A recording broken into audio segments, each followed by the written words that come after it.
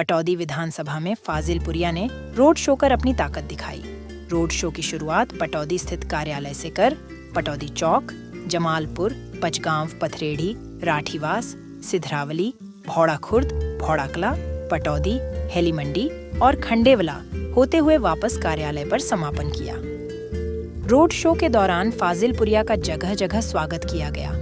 फाजिलपुरिया ने पत्रकार वार्ता में कहा कि क्षेत्र की जनता ने इस बार परिवर्तन का मन बना लिया है।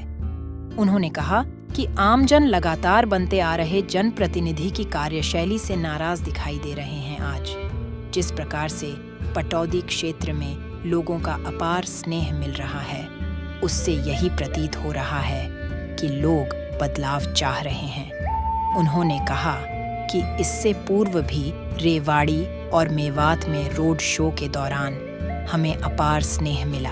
पत्रकारों ने उनसे पूछा कि आप भाजपा के कुछ नेताओं की प्रशंसा करते हो और कुछ भाजपा नेताओं पर कटाक्ष करते हो, तो उन्होंने कहा कि जो लोग अच्छे होते हैं उनको अच्छा ही कहा जाएगा।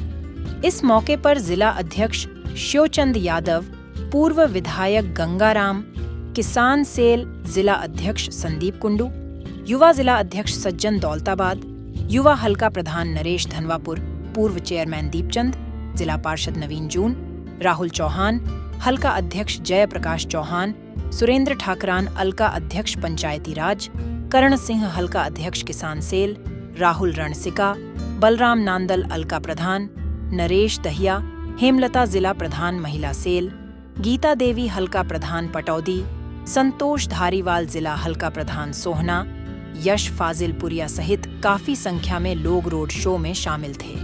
उन्होंने भाजपा प्रत्याशी पर निशाना साधते हुए कहा कि पिछले 20 वर्षों से लगातार बनते आ रहे जनप्रतिनिधि ने न ही क्षेत्र में अच्छे स्कूल दिए हैं, न ही स्वच्छ पानी, न ही कोई बड़े कॉलेज दिए हैं। उन्होंने केवल शिलान्यास करके लोगों को बरगलाया है। जैसे 10 साल पहले डिफेंस यूनिवर्सिटी का शिलान्यास कर छोड़ दिया, अब एम्स का भी शिलान्यास हो गया, पत्थर भी लग गया, लेकिन बनेगा कब ये नहीं पता।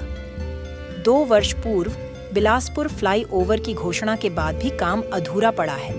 उन्होंने कांग्रेस प्रत्याशी पर भी कटाक्ष करते हुए कहा कि कांग्रेस पार्टी को गुड़गांव लोकसभा से उम्मीदवार ही नहीं मिला, जो पैराशूट से यहां उम्मीदवार उतार दिया। जय राहुल यादव को इसलिए चुना जाए कि मैं हक और अधिकार की बातें करता हूँ, मैं बदलाव की बातें कर रहा हूँ, मैं उनको वो मूलभूत सुविधाएं याद दिला रहा हूँ जो देश आजाद होने के बाद मिलनी चाहिए थी, जो मैं आज तक नहीं मिली है।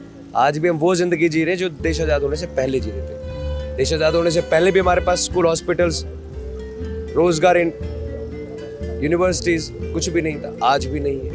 मैं कहना चाहूँगा सरकार की वो सुविधाएं बताएं जो सरकार को देनी चाहिए, जो मैं मिली आज तक नहीं मिली। आपका क्या रोड मैप है आगे के लिए? मेरा रोड मैप है कि जो हमारे गरीब परिवार है, जो आम परिवार से, जो गरीब लोग, जो हमारी लोकसभा के अंदर 1250 से ज्यादा गाँव है, जिसमें कुछ गाँव तो ऐसे जिनमें पानी तक नहीं है, सरकारी स्कूल नहीं है, सरकारी हॉस्पिटल नहीं है, यूनिवर्सिटीज नहीं है, कोई युवाओं के लिए रोजगार नहीं है। मैं कहना चाहूँगा जो गरीब परिवार होते हैं उनके लिए ये सबसे बड़ी महत्वपूर्ण चीज़ें होती हैं। तो सबसे पहले इन पे काम करेंगे, क्योंकि वो कमाते किस लिए? अपने बच्चों का भविष्य के लिए। तो हरी बीमारी हो जाए तो उनके सस्ते कम धनराशि के अंदर अच्छा इलाज हो पाए, तो सबसे पहले उनके लिए इस पे काम करेंगे। उसके बाद जो बड़े बड़े काम होते हैं वो भी करके दिखाएंगे। पहले जो मूलभूत सुविधाएं वो हक और अधिकार दिलाएं। आप भाजपा उम्मीदवार राव इंद्रजीत सिंह पर लगातार हमला बोल रहे हैं, लेकिन दूसरे भाजपा नेताओं के प्रति प्यार जता रहे, क्या वजह है?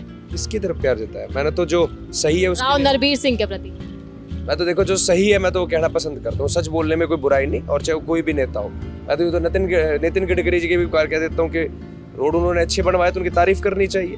अगर राव इंद्रजीत जी ने अच्छे काम करे होते तो मैं उनकी भी तारीफ करता।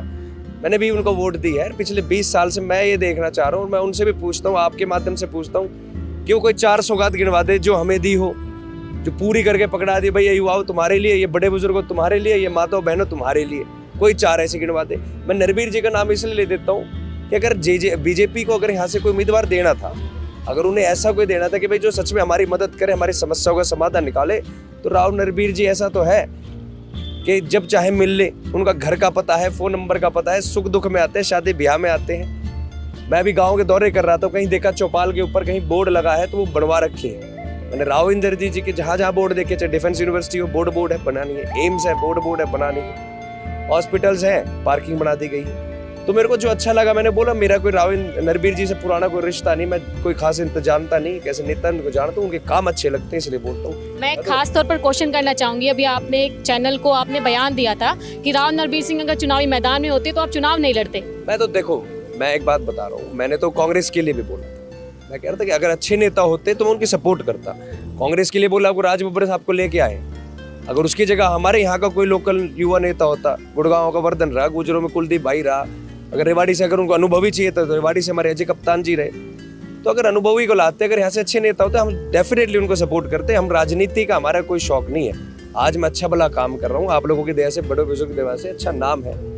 अगर मैं हरियाणा में आया हूँ तो आया हूँ बदलाव के लिए। अगर मेरे को लगता है कि मेरे से कोई अच्छा कर रहा है तो मैं उसका साथ देने के लिए तैयार होता हूँ, बिल्कुल उनकी मदद करूँ। हरियाणा में बीजेपी और कांग्रेस के बीच मुकाबला लगता है, लेकिन जेजेपी को कहाँ खड़ा पाते हैं आप? देखो, मुकाबला जहाँ लड़ाई होती वहां होता है, लड़ाई नहीं है, बदलाव की लड़ाई। और बदलाव की लड़ाई में देखेंगे कौन आगे निकलेगा, समस्याएं कौन पूरी करके दिखाएगा, समस्याओं का समाधान कौन निकालेगा। चलिए, आपका एक पर्सनल क्वेश्चन, आपका सिंगर बनने का क्या कैसे मन में विचार आया? मेरा बचपन से कुछ ना कुछ अलग करने का रहता है। मैं सिंगर एक्टर का था, उसके लिए संघर्ष किया।